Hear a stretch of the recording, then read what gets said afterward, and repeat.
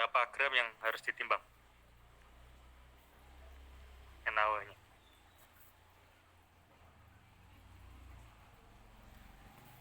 Hah? 50 mili? Berapa gram yang harus ditimbang? Tadi berapa persen, Pak? 0,25%. 0,25 terus kali 50. 1%-nya berapa? 50 mili. 100 ini 0,25 bagi 2. 1/100 bagi 50. Kali 50. Hah?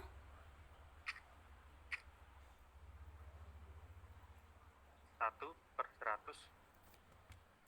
Ini kalau nggak pakai kalkulator ya.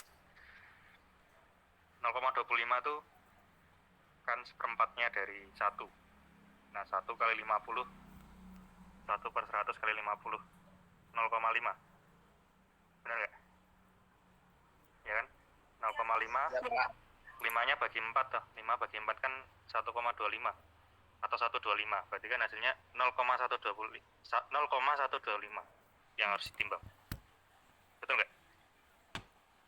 Betul, Pak. Betul, Pak. Nah, kebanyakan kalian bingungnya di situ. Kebanyakan bingungnya di situ.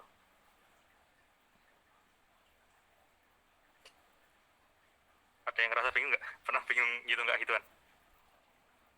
Pernah, Pak. Ya. Teliti. Pak. Teliti lagi.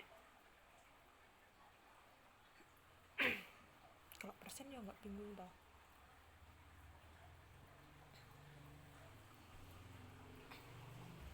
Diteliti lagi. Paling yang agak bingung yang NN itu, Pak. Pernah saya ngeluarin yang N? Enggak.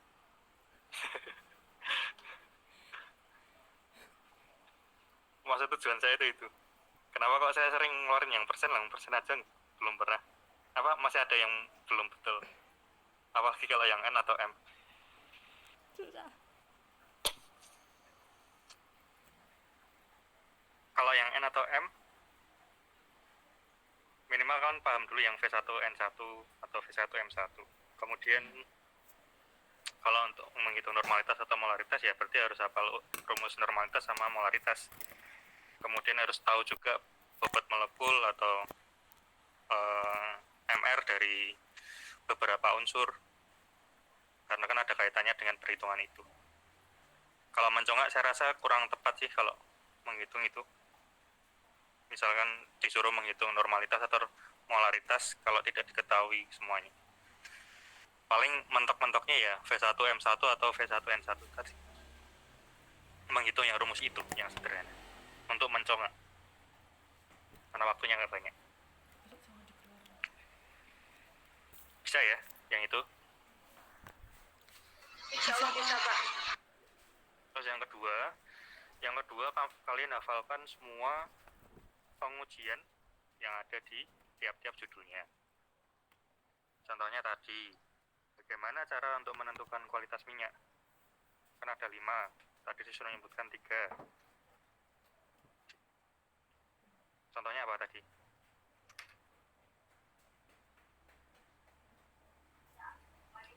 Penentuan gravitasi minyak, Ya. angka penyabunan sama bilangan yodium, Pak. Ya, contohnya 3 itu. Bener gitu. Nah, terus 100 harus 100. Nah, selain itu kalian juga harus tahu manfaatnya apa. Ya, itu contohnya tadi yang kualitas minyak. Contohnya kalau yang spesifik gravity yang pakai Pigno itu digunakan untuk mengetahui berat jenis minyaknya, misalnya. Terus contoh lagi kalau di mana ya, yang gampang karbohidrat, ya, Benedict untuk apa?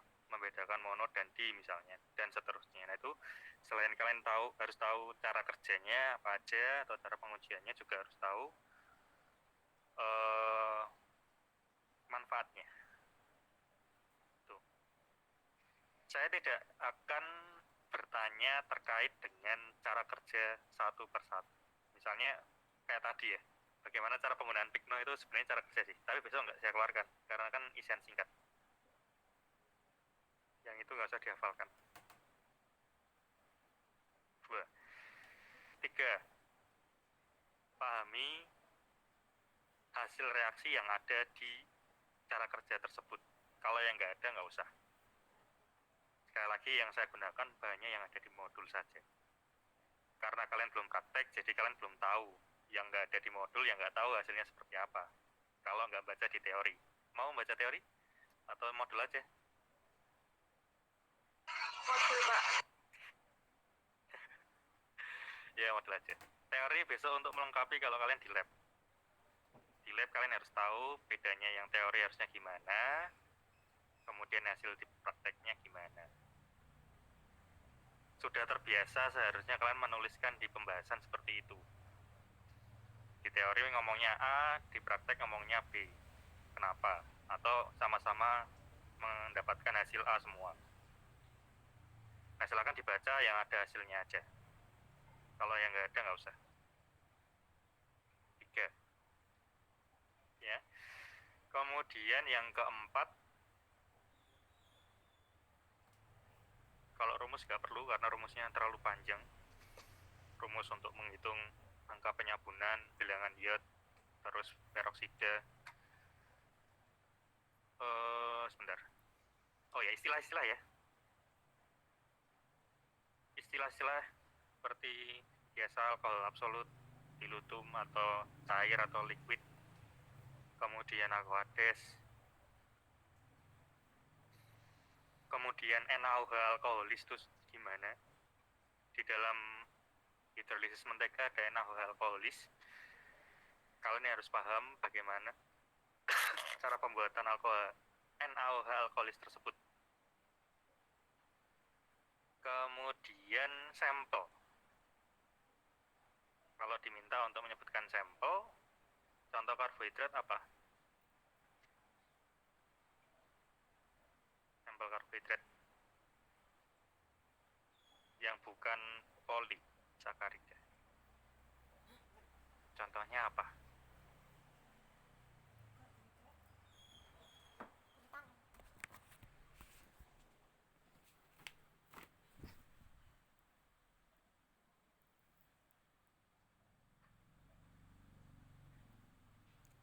Gula pasir itu gula bukan? Karbohidrat bukan?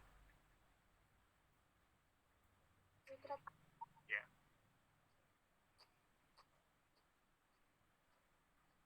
Terus apa lagi yang ada karbohidratnya?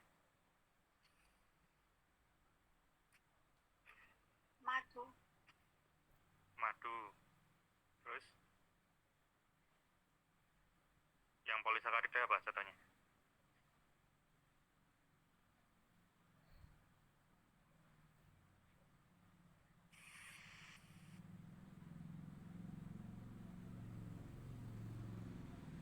Nggak tahu, yang polisakarida belum tahu. Contohnya apa? Karbo. Masa nggak tahu? Polisakarida itu gula yang memiliki jumlah sakarida berapa?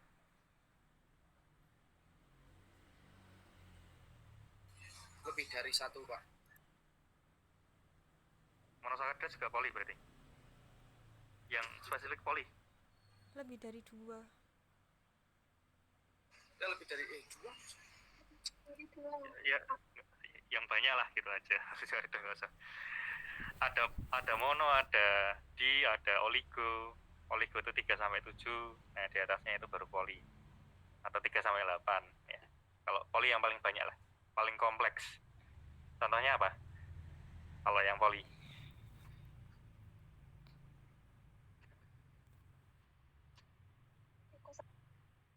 Glukosa, Pati, Pak. pati. Ya. Pati kan banyak ya. Kalau suruh menyebutkan sampel ya berarti contoh yang ada di kehidupan sehari-hari. Pati kan ada dari beras, ada dari jagung, ada dari ketela, ada dari kentang dan sebagainya.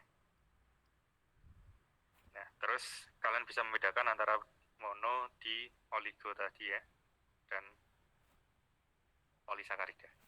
Nah, itu untuk yang karbohidrat. Untuk istilah lain di karbohidrat saya rasa kayaknya nggak ada. Selain alkohol tadi.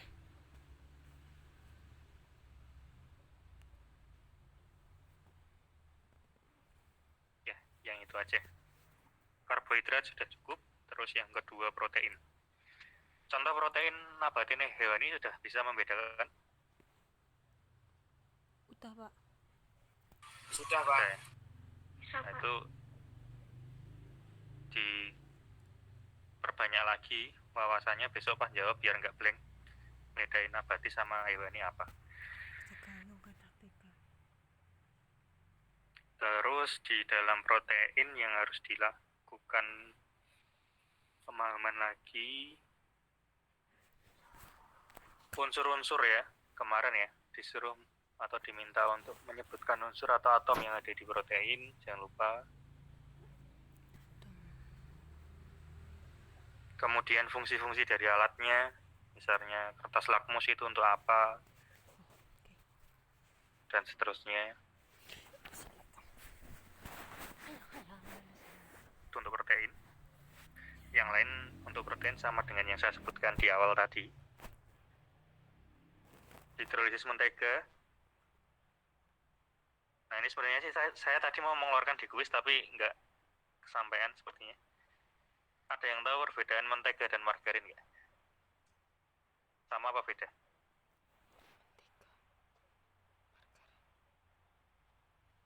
Kenapa yang dipakai mentega di dalam praktikum? Nah, perbedaan mentega sama margarin apa? Atau sama? Mentega pakai susu, margarin nggak pakai, Pak, kayaknya tapi. Berarti bedanya? Penjelasannya. Kalau pakai susu dan tidak pakai susu kan sudah jelas. Maksudnya secara ilmiahnya seperti apa untuk membedakan antara margarin dan mentega? Beda molekul unsur. Nggak pernah masak di rumah? Yang ada rasanya margarin atau mentega?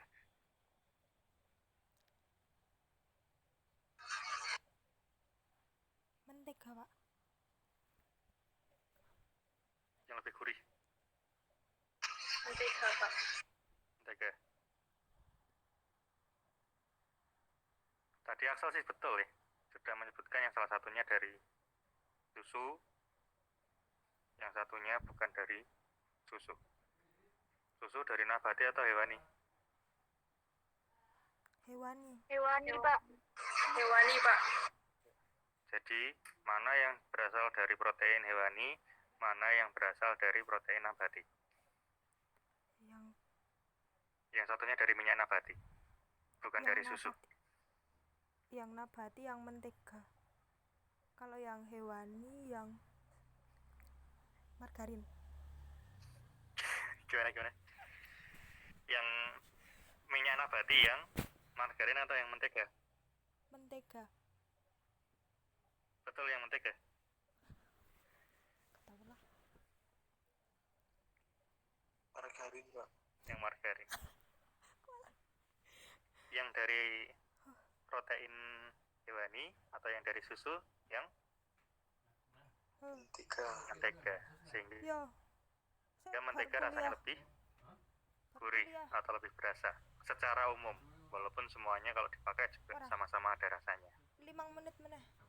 Paham ya? Paham, Pak. Ya. Itu satu untuk yang hidrolisis. Dua, tadi pengertian hidrolisis apa? Hidro itu air, lisis itu pecah. Sehingga tujuannya kita ingin memecah dengan bantuan molekul atau unsur air, senyawa air menjadi mentega dalam bentuk yang lebih sederhana. Mentega itu sebenarnya adalah protein yang bersifat kompleks. Kemudian dipecah menjadi bentuk protein atau lemak yang lebih sederhana. Seperti itu. Dengan perubahan warna. Hidrolisis sudah, terus NaOH alkoholis untuk yang dihidrolisis mentega. Kemudian tadi ya, uji akrolein, contoh sampelnya ada 3, ada olive oil, minyak zaitun, gliserol, dan asam palmitat. Asam palmitat itu minyak kelapa, dari kata palm. Walaupun kalau dibuat dalam struktur kimia juga bisa. Termasuknya di asam karboksilat. Tadi bau gasnya apa untuk pengganggu acrolein? SO2. Ya, SO2. SO2. Itu pelajari. Nah, itu untuk hidrolisis mentega. Terakhir, apa itu tadi? Oh, kualitas minyak. Kualitas minyak dari atas. Ciri-ciri minyak yang rusak seperti apa?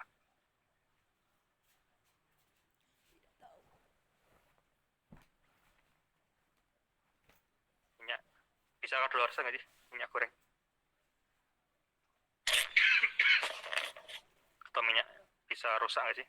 Minyak goreng Bisa, Pak. gimana ciri-cirinya? Kenapa Warnanya kok jadi gelap itu, Pak. Keruh. ruh? Terus kenapa kok harus kita uji kualitas minyak? Tadi warnanya keruh, kan udah rusak berarti. Gimana, Irma? Apa, Irma?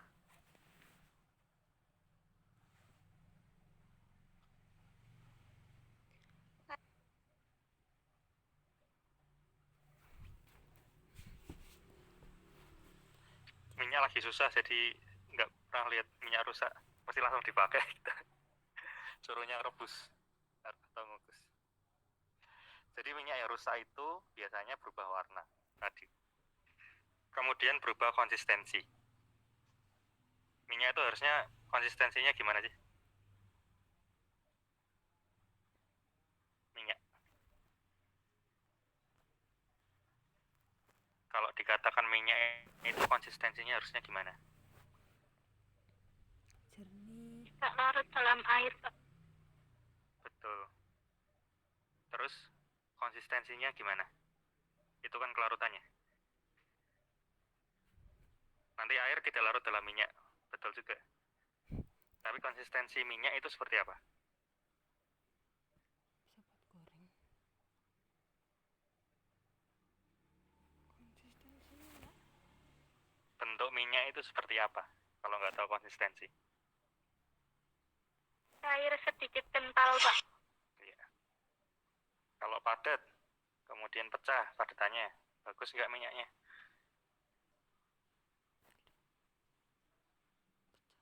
Bagus nggak minyaknya? Enggak, Pak. Cenderung enggak ya, karena terpengaruh suhu. Nggak mungkin kita eh, konsistensi minyak bisa dikatakan padat, nggak bisa. Ya karena minyak bentuknya seperti itu. Kalau yang padat itu namanya lemak. Kemudian selain itu berbau tengik. Kalau minyak yang rusak itu biasanya berbau tengik. Seharusnya tidak berbau minyak yang kita gunakan untuk menggoreng, khususnya untuk minyak sawit atau minyak kelapa. Nah, beberapa hal tersebut yang kita gunakan sebagai parameter ketika minyak itu mengalami kerusakan atau mengalami kadaluarsa. Jadi hati-hati kalau di rumah, kalau ada minyak yang cukup lama tidak dipakai, kemudian akan dipakai lagi, harus dilihat beberapa faktor tersebut. Kemudian tadi harus dipelajari juga jenis-jenis pengujian dan manfaatnya. Lalu untuk istilah-istilah khusus, di sini ada KUH alkoholik, ya silahkan dicari apa maksud dari KUH alkoholik itu seperti apa. Kemudian sama perhitungan bahan. Untuk yang lain saya rasa tidak perlu, termasuk untuk rumusnya, karena terlalu panjang kalau untuk dijelaskan. Selebihnya kita pelajari lagi di praktikum. Demikian untuk kisi-kisinya. Ada pertanyaan?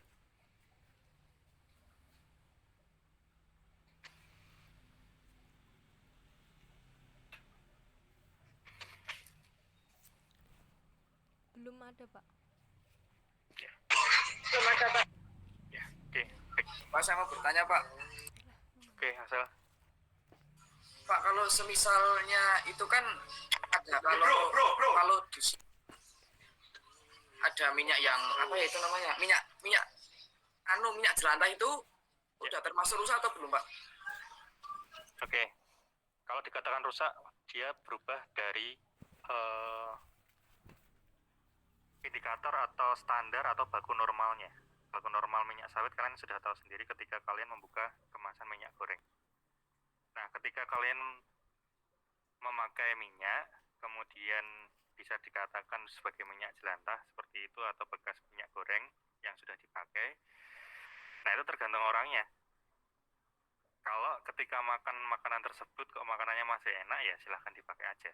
Tapi kalau ternyata setelah dipakai dan dimakan menimbulkan masalah kesehatan, ya berarti minyaknya sudah rusak. Nah, tadi disebutkan beberapa faktornya adalah perubahan warna, kemudian perubahan bau, seperti itu, kemudian konsistensi. Konsistensi untuk minyak jelantah lebih kental atau sama aja? Lebih kental Pak kayaknya. Lebih kental terkadang itu isinya adalah sisa-sisa hasil penggorengan yang tidak terangkat sehingga menjadi gosong dan menjadi endapan di situ. Oleh sebab itu alangkah lebih baik kalau pakai minyak jelantah ya disaring dulu. Satu. Yang kedua, bau. Nah, kalau ada bau, ya kalian tahu sendiri kalau bau minyak jelantah seperti apa. Kalau bekas minyak goreng menggoreng ikan goreng, baunya beda dengan bau tengi. Sama apa beda? Beda Pak. Beda Pak. Nah, kalau ketika di bau ada bau tengi, ya berarti minyaknya sudah rusak. Tapi kalau baunya karena bau bekas habis menggoreng ikan goreng, ya nggak masalah. Yang ketiga adalah apa tadi? Warna. Ya, warna kalau sudah hitam banget atau keruh banget, asalkan keruhnya itu dapat ditoleransi, ya nggak masalah. Artinya seperti ini, menggoreng minyak dengan minyak yang hitam itu ada dua kemungkinan. Minyaknya sudah terkontaminasi dengan gosong atau zat-zat yang bersifat karsinogenik, contohnya yang gosong-gosong yang ada di sate atau sebagainya, karena ada sisa-sisa hasil penggorengan yang tidak terangkat tadi. Nah, itu yang berbahaya. Atau yang kedua adalah minyak goreng yang sudah tercampur dengan masakan, karena kita menggoreng misalkan masakan yang bercampur dengan kecap. Nah, itu terjadi karamelisasi atau ada zat warna hitam yang ditimbulkan karena pembakaran dari kecap tersebut. Ya, dibedakan menjadi dua. Kalau karena gosong karena kecap, saya rasa dipakai beberapa kali masih nggak masalah. Ya, kalau karena karsinogenik, karena hasil zat-zat yang gosong tadi, alangkah lebih baik jangan digunakan lagi. Nah, bedanya gimana? Taunya ini gosong atau enggak, ya dirasain tuh. Kalau hasil masakannya jadi pahit, ya berarti yang dipakai tadi minyak yang banyak mengandung zat-zat sisa. Tapi kalau rasanya masih fine-fine aja, yang masih ada rasa kecap manis seperti itu, ya berarti masih layak digunakan, dan seterusnya. Sudah dipastikan kalau minyak baru digunakan untuk menggoreng makanan yang mengandung kecap seperti itu, pasti langsung hitam. Nggak mungkin nggak hitam. Cara yang kedua selain dirasakan tadi, yaitu dengan menunggu sebentar biar dia mengendap, kemudian diangkat dan dituang. Kalau minyak yang mengandung kecap tadi, ketika dilihat itu hitam, ketika diambil menggunakan sudip atau apa, diangkat kemudian dituang lagi, itu masih terlihat bening. Nah, kalau yang mengandung zat gosong tadi, ketika ditunggu sebentar atau beberapa saat, terlihat endapan yang berat di bawah, tidak hitam dalam waktu yang cukup lama. Bedanya seperti itu. Itu Aksel. Baik, terima kasih Pak. Ya. Jadi sah-sah aja untuk pakai minyak jelantah, nggak masalah. Tapi jangan terlalu keseringan. Ada faktor tadi, karsinogenik. Ya. Termasuk yang ada di sate itu. Seperti itu. Nggak mateng juga salah, terlalu gosong juga bermasalah. Ada pertanyaan lain? Cukup?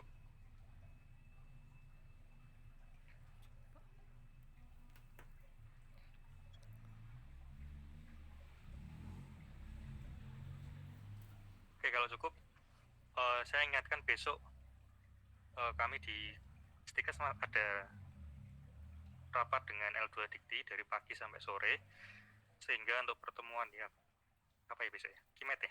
Kimet 2 saya undur hari apa? Rabu pagi. Iya, Pak. Rabu pagi saya gunakan online dulu aja. Kelincinya aman nggak? Ya, Siti? Aman, Pak. Aman. Ya. Saya titip dulu di sana. Nanti nunggu keputusan atau kabar dari Mbak Nia. Nanti bahannya sudah datang kapan untuk bisa kita pakai selanjutnya untuk di kelinci itu. Ya, besok saya gunakan untuk kisi-kisi, kemudian kalau masih ada materi yang belum saya jelaskan sekalian dan melanjutkan untuk yang Kimet menggantikan hari Selasa besok. Seperti itu. Sebelum diakhiri, silakan ditutup doa dulu. Tadi siapa ya? Husni ya? Iya, Pak. Baik, Pak. Oke. Sebelum kita akhiri